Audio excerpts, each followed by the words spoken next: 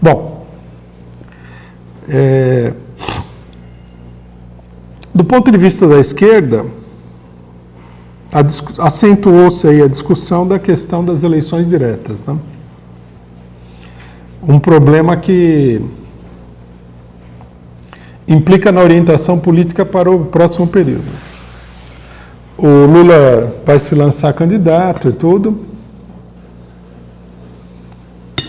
Ao que parece, dia 20 agora ele lançaria a candidatura dele. Bom, eu acho que primeiramente nós temos que diferenciar duas coisas. Uma coisa é o Lula lançar a candidatura dele, outra coisa é a defesa de eleições diretas como sendo solução para a situação que o país vive. Por que eu digo isso? Eu digo isso pelo seguinte, porque o Lula está ameaçado. Então, se ele se lança como candidato às eleições, sendo que essas eleições vão acontecer, não vão acontecer, é um contra-ataque contra a perseguição que ele está sofrendo. Inclusive, quase todo dia aparece uma nova arbitrariedade contra ele. O 4º Tribunal Regional da região Sul decidiu agora aceitar denúncias anônimas. Que não sei, acho que é uma tentativa de mostrar mesmo que no país não existe lei nenhuma e que vigora a mais completa arbitrariedade, né? Porque a denúncia anônima, em termos judiciários, é o fim da picada. A gente até poderia dizer que era só o que faltava, mas a gente não deve dizer isso daí, porque vem muita coisa pela frente. Então, é uma medida de autodefesa dele. Ele vai angariando apoio, ele é um líder popular, etc. e tal. Outra coisa é dizer que a solução para o país são as eleições diretas. Vou repetir aqui algumas coisas que nós já falamos que são importantes ingressar no debate político. Primeiro que a palavra de ordem de eleições diretas é uma capitulação diante do golpe. Segundo, que desarma a população diante dos ataques que os golpistas estão realizando nesse momento e estão preparando a seguir. Porque é como se você dissesse, está tudo normal, não está acontecendo nada, nós não estamos vivendo uma situação de exceção, nós não estamos vivendo uma mudança profunda nas relações políticas, sociais e econômicas, ou seja, uma mudança no regime, etc. e tal. Coisa que a imprensa golpista, a burguesia, de um ponto de vista geral, quer que passe batido, que não houve um golpe de Estado no país. E mesmo as pessoas que falam que houve um golpe de Estado, quando falam em diretas, eles dão a entender que o golpe de Estado foi um golpe de Estado muito, como é que se diz? Muito brando, diminuindo a realidade, obscurecendo a realidade do que foi o golpe de Estado, né? Que é muito mais profundo do que parece à primeira vista. Eles estão mudando todo o país. Colocar que nós vamos resolver o problema daqui 1 ano, daqui 2 anos, através da realização de eleições, sendo que as eleições vão ser realizadas no meio da devastação do golpe, no meio da mudança de todas as regras, no meio de um controle pelos golpistas de todo o sistema eleitoral, no meio de repressão política, no meio da arbitrariedade jurídica que se estabeleceu no país e tudo mais, é uma política totalmente ilusória. A política teria que se concentrar na derrota do golpe. O governo golpista precisa ser denunciado como que ele é, precisa ser combatido e precisa ser derrubado. Caso contrário, é uma capitulação diante do golpe. A gente precisa insistir nesse ponto. E a tendência da proposta de eleições diretas, que não tem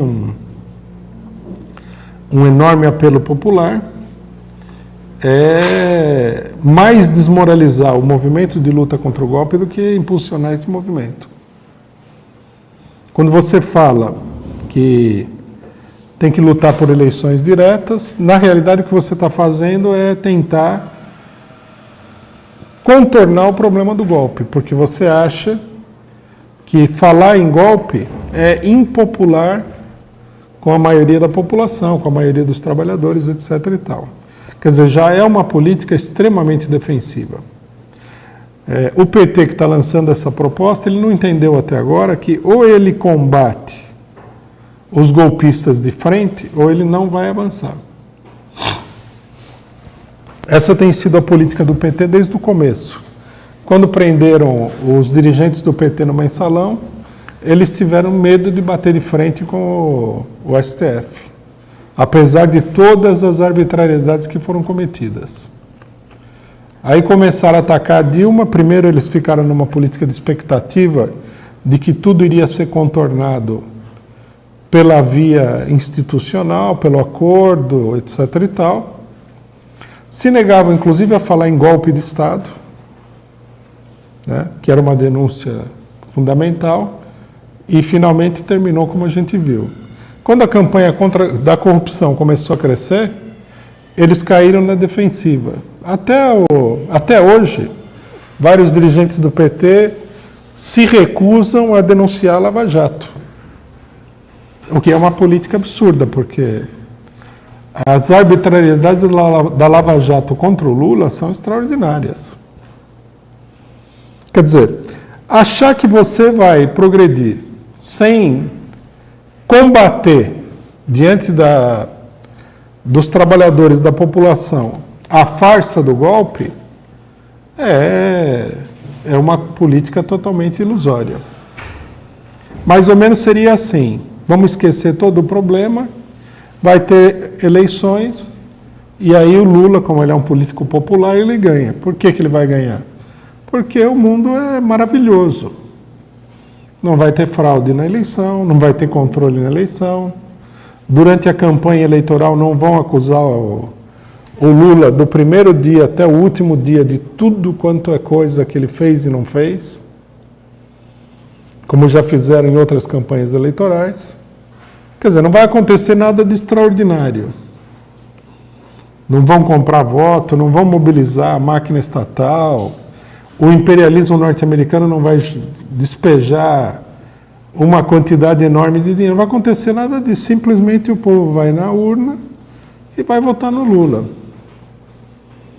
Quem viu a eleição de 1989, que foi, digamos assim, perto de uma eleição com o Lula hoje seria até mesmo a gente poderia dizer que é uma eleição democrática, sabe como é que vai ser essa eleição do Lula. Na eleição de 1989, aconteceu no meio da eleição o sequestro do presidente do Grupo Pão de Açúcar, Abílio Diniz, que foi realizado por um grupo nicaragüense. Você vê que tem gente que não tem cabeça mesmo, né? Você realizar um sequestro no Brasil, um grupo de esquerda, no meio de uma eleição está concorrendo um candidato de esquerda, precisa ser muito mocorongo, né? Mas eles, de fato, fizeram isso daí. Aí, quando eles prenderam o pessoal, o jornal, se não me engano, o Estado de São Paulo, pediu para a polícia vestir um dos sequestradores com a camiseta do PT para tirar uma foto. Isso foi em São Paulo. Já no Pará, o jornal deu a seguinte manchete: PT sequestra Abílio Diniz. Isso daí foi uma brincadeira de criança perto do que eles vão fazer agora. Ganhar a eleição vai ser uma guerra. Não vai ser uma coisa simples. Isso se o Lula não for colocado na cadeia. E aí tem muita gente que acha que se o Lula for colocado na cadeia vai ter a candidatura do Ciro Gomes. Mas o Ciro Gomes é um político igual a todos eles que estão no Congresso Nacional. Ciro Gomes já foi governador do Ceará.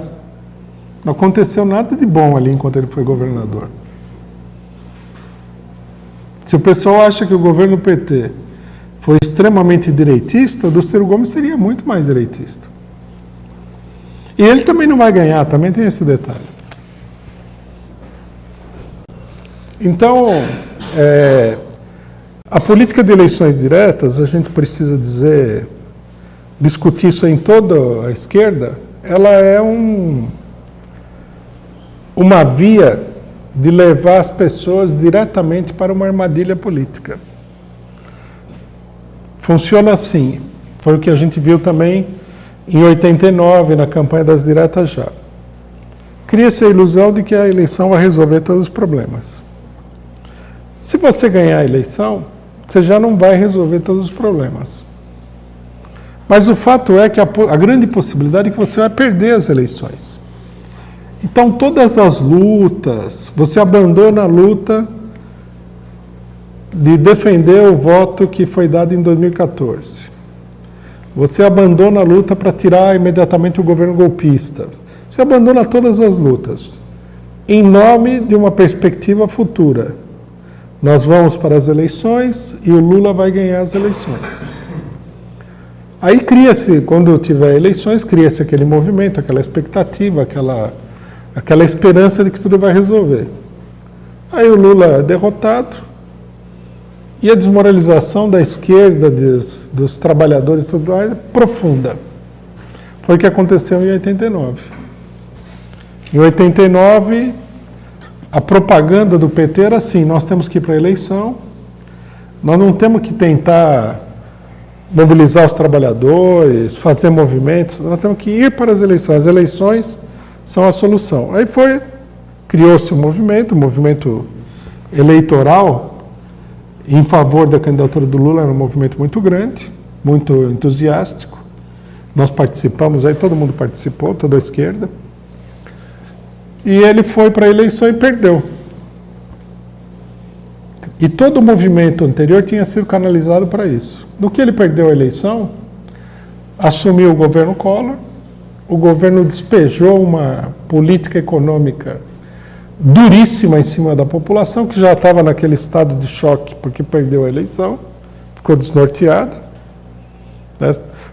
Quando você aposta todas as fichas nas eleições e perde, é como se você tivesse sofrido um nocaute. Você fica desmaiado ali na lona e vai aos poucos, você vai recuperando a consciência.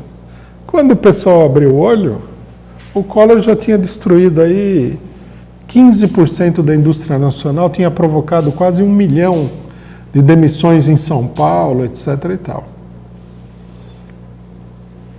Depois do Collor, que o governo fracassou, veio o FHC com o segundo plano Collor, que é o plano real, e terminou o serviço do Collor. Isso aqui, São Paulo virou parecia assim que uma nuvem negra tinha caído sobre a cidade.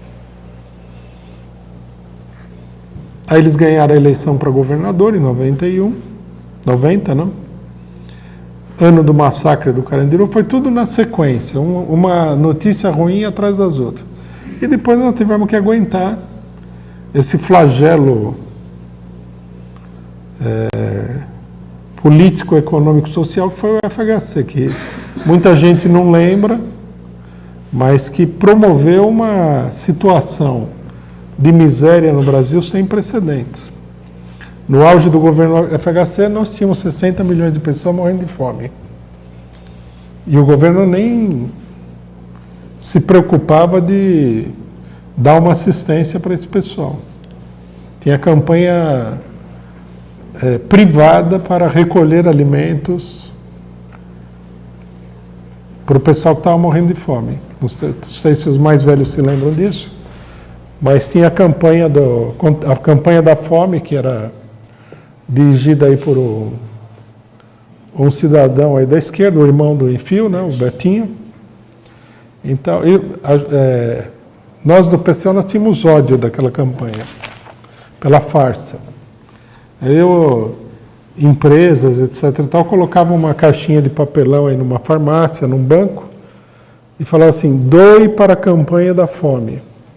Então, quer dizer, ao invés do Estado fazer como fez o Lula depois, dar comida para a população para não morrer de fome, eles queriam que o cidadão fosse lá e depositar uma coisa assim que dava ódio de ver. Essa política não foi só no Brasil, né? Foi internacional. Eles não davam dinheiro mesmo, queriam que o pessoal morresse de fome. Então, o problema das diretas é isso daí. Conduz toda a luta contra o golpe de Estado a um beco sem saída.